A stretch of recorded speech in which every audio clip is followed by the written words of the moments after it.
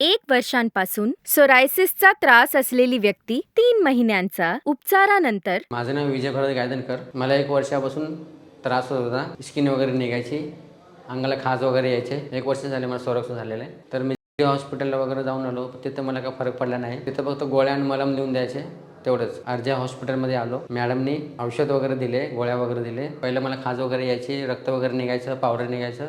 तर आरजीआयमध्ये आलो मॅडमपाशी. आता वगैरे खाज येत नाही मला. आरजीआय कंपनीचा धन्यवाद आणि मॅडमचा मी धन्यवाद.